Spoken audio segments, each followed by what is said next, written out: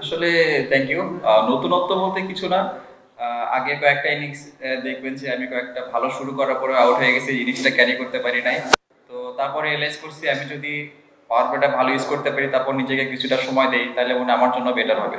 তো এটাই লাস্ট ম্যাচে ট্রাই করছি, সাকসেস হয়েছি। তো চেষ্টা থাকবে যে যে প্ল্যানে লাস্ট ম্যাচ খেলছি সেম প্ল্যানে সামনে ম্যাচগুলো খেলার।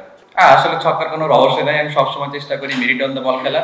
তো যেটা আমি আমার জন্য পাইছি সেটাই খেলছি। আসলে এটা কি বলবো ভাই, তেমন কোনো রহস্য নাই। তো কি কথা বলবো, আসলে দেখেন ওনার সাথে যখনই মাঠে একসাথে থাকি তখনই দেখবেন যে ওনার সাথে আমার কথা হয়, আর ওনার সাথে কথা বলতেই আমার ভালো লাগে। মানে আমি এনজয় করি ওনার সাথে কথা বলতে, আর আমার ওনার সাথে কথা বলে নিজের কনফিডেন্সটাও আমার বাড়ে।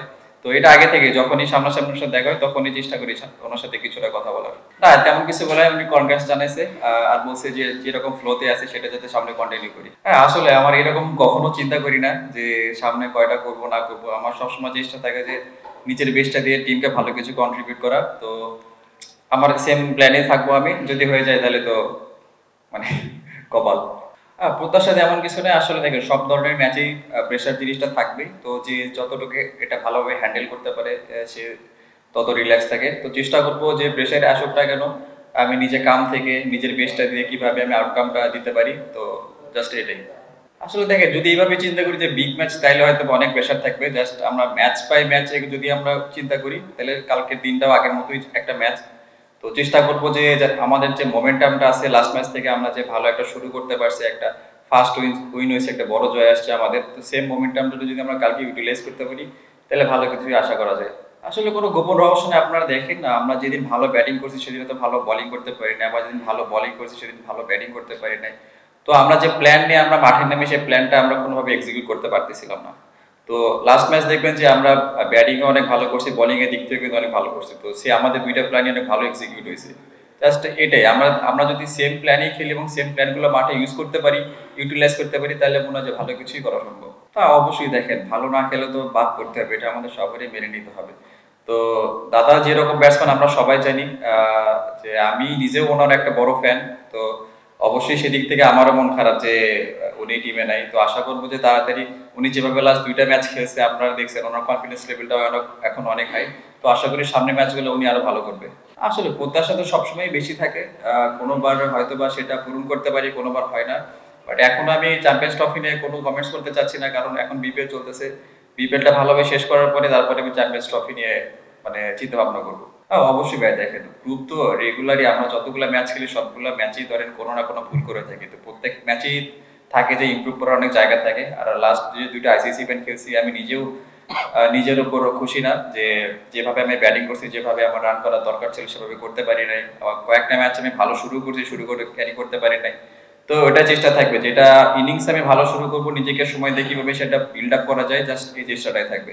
আসলে দেখেন এটা অনেক ইম্পর্টেন্ট একটা ইয়া খেলা এখানে হবে।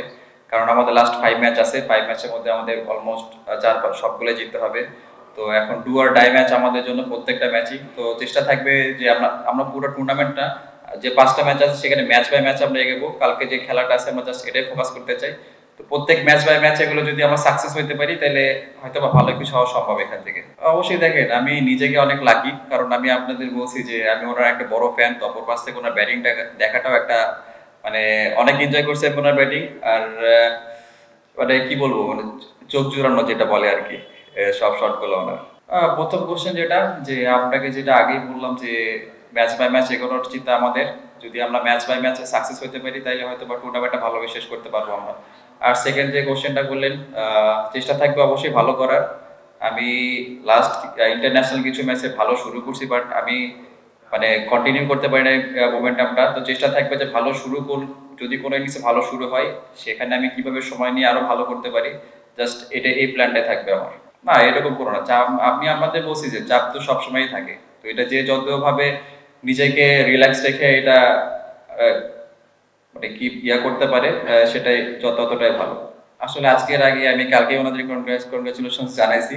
আজকে তেমন কিছু কথা ছিল, জাস্ট লাস্ট ম্যাচের কিছু বিষয় নিয়ে কথা হচ্ছিল। আর আমরা সবাই তো সবসময় মজা করি, তো এই সব বিষয় নিয়ে আর কোনো কথা হয় নাই। অবশ্যই তামিমের ব্যাট তো মানে সিএ ব্যাট, সব শেয়ার ব্যাট তিনিই পান। তো সিএ ব্যাট নিয়ে কথা হচ্ছিল যে ভাই আমার যদি এরকম এরকম ব্যাট দেওয়া যায়, আপনি যদি বলে দেন তাহলে হয়তো এরকম ব্যাট পাঠাবে। তো জাস্ট এই কথাগুলো হচ্ছিল, তো উনি বলছে যে ঠিক আছে আমি বলে দিব, উনি এরকম ভাবে ব্যাপার হবে।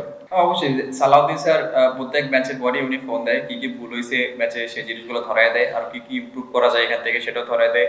সুজন স্যার আছে, সুজন স্যার প্রত্যেক ম্যাচে নামার আগে আমাকে আহ, মানে মেন্টালি অনেক ভালোভাবে প্রিপেয়ার করে দেয় যে এই উইকেটে কিরকম ভাবে ব্যাটিং করা উচিত, কিরকম রান করলে পাওয়ার প্লে কিভাবে ইউজ করতে হবে, সবকিছু উনি বলে দেয়।